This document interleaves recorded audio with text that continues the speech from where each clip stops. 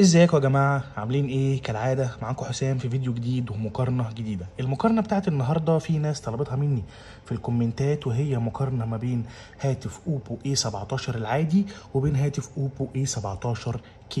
الاختلاف الوحيد ما بينهم زي ما احنا شايفين وهو بس حرف الكي هنا ما هوش موجود هنا، وكمان الاتنين نازلين تقريبا مع بعض، يعني واحد نزل في شهر سبتمبر واحد نزل بعديه بشهر اللي هو في شهر اكتوبر. يا ترى ايه الفرق ما بينهم؟ ليه مثلا ممكن اشتري 17 العادي او مش الكي او العكس؟ وعلشان كده عملت لكم المقارنه دي علشان نعرف الفرق ما بينهم. في تشابه ما بينهم حوالي 14 شيء مشتركين فيه، وتقريبا في 4 أو 5 حاجات مختلفين فيهم. تعالوا نتعرف على اوجه التشابه الاول وبعدين اوجه الاختلاف وايه اللي موجود داخل كرتونه في كل منهم. ده يا جماعه الاوبو A17K اللي فيه كاميرا واحده واللي فيه عدستين، ده الاوبو A17 العادي.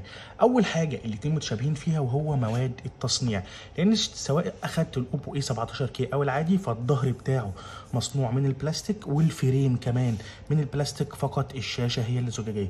في العادي نفس الكي بالظبط. تاني شيء الاتنين متشابهين فيه هو المكان ده او الدرج بتاع الشرائح، لان اقدر اركب خطين اتصال من نوع نانو سيم، وفي نفس الوقت اقدر اركب ميموري كارد، يعني في 3 منافذ جوه هنا اقدر اركب خطين مع بعض وازيد الميموري سواء في ده او في ده. التشابه الثالث ما بين الاوبو A17 العادي والكي هو ان الاثنين بيدعموا شبكات الاتصال الجيل الثاني والثالث والرابع. كمان حاجه متشابهين فيها وهو ان سرعه الانترنت في الشبكه ال4G في الاثنين 150 ميجا بايت في الثانيه الواحده، سواء استعملت الاوبو A17 العادي او الكي. طيب خامس تشابه ما بينهم ايه هو؟ طبعا زي ما انتم شايفين خامس تشابه ما بينهم هو الشاشه بتاعت الاثنين. طب ده ليه؟ لان حجم الشاشه هنا وهنا 6.5 انش، ونوع برضو الشاشه في الاثنين IPS LCD، وجودتها او دقتها 720 في 1612 بكسل بكثافه بكسلات 269 PPI بكسل في البوصه الواحده برضو في الاثنين. اما النقطه رقم 6 المتشابهين فيها وهو المعالج او السرعه بتاعه الهاتف، التنقل، الخروج، الدخول ما بين البرامج.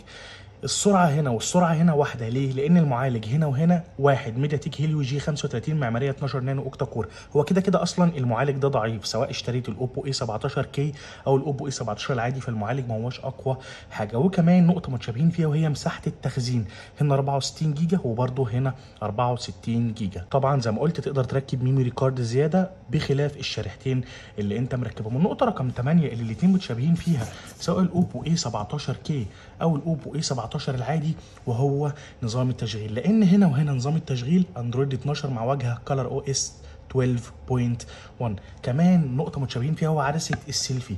الكاميرا الاماميه هنا والكاميرا الاماميه في الاوبو A17 العادي الاثنين 5 ميجا بكسل فتحت عدسه 2.2، وهصور بها فيديو بتقنيه 1080 بكسل اللي هي فول اتش دي. الاوبو A17K والاوبو A17 العادي الاثنين ما بيدعموش خاصيه NFC، ومنفذ الشحن في الاثنين هنا كده مايكرو USB، للاسف ما هواش تايب سي سواء العادي او حتى الكي، فالشحن هيكون بطيء جدا. ولكن الجميل في الاثنين ان في منفذ للسماعه السلك AUX، هي ما هياش موجوده داخل الكرتونه، هنفتح الكرتونه ونتكلم عنها بالتفصيل دلوقتي، بس في منفذ للسماعه ممكن انت تشتريها وتركبها. كمان الاوبو A17K والعادي متشابهين في ان الاثنين مقاومين لرذاذ الماء بمعيار الاي بي 4 اكس، يعني اذا جه عليه ميه مطر عادي او ميه عذبه بس رذاذ الميه. كمان بصمه الاصبع مدمجه هنا في زر الباور، نفس المكان في الاثنين. هنا كده افتح واقفل التليفون او اخليه بصمه للاصبع بتاعتي، او طبعا ممكن اقفله وافتحه عن طريق الكاميرا الاماميه، بس هتكون الاستجابه بطيئه جدا، او الطرق التقليديه العاديه زي الباسورد. البطاريه في الاثنين سواء الكي او الاوبو A17 العادي واحد، لانها 5000 ملي امبير، ما بتدعمش الشحن السريع في الاثنين، غير قابله للازاله. طيب دول كانوا 14 نقطه الاوبو A17K والاوبو A17 العادي متشابهين فيهم. ايه هم بقى المختلفين فيه؟ او لما احب اشتري اخد ال17K او ال17 العادي؟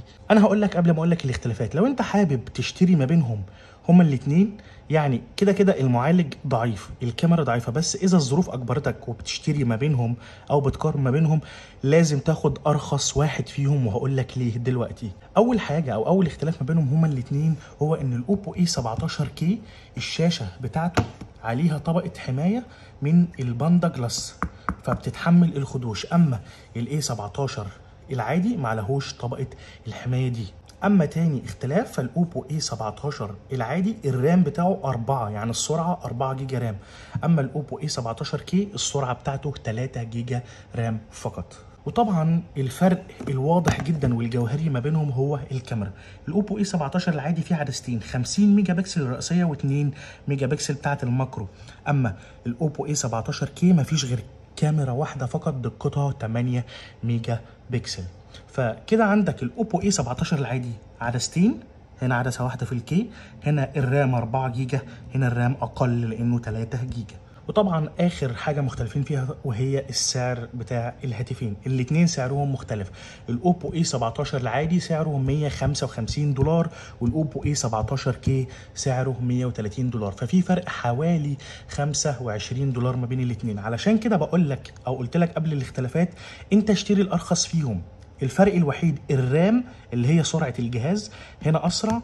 تاني فرق ان ده عدستين، ده عدسه واحده 50 ميجا بكسل 2 ميجا بكسل، هنا 8 بس. والفرق الثالث ان الشاشه عليها طبقه حمايه من الباندا جلاس اللي هي اصلا ما هياش قويه. بخلاف ذلك الاثنين واحد. وفر ال 25 دولار واشتري الارخص فيهم اذا انت اضطريت تتحط في المقارنه دي. اتمنى يكون الفيديو عجبكم، اشوفكم في فيديو جديد ومقارنه جديده برضو انتوا اللي تختاروها قريب. سلام.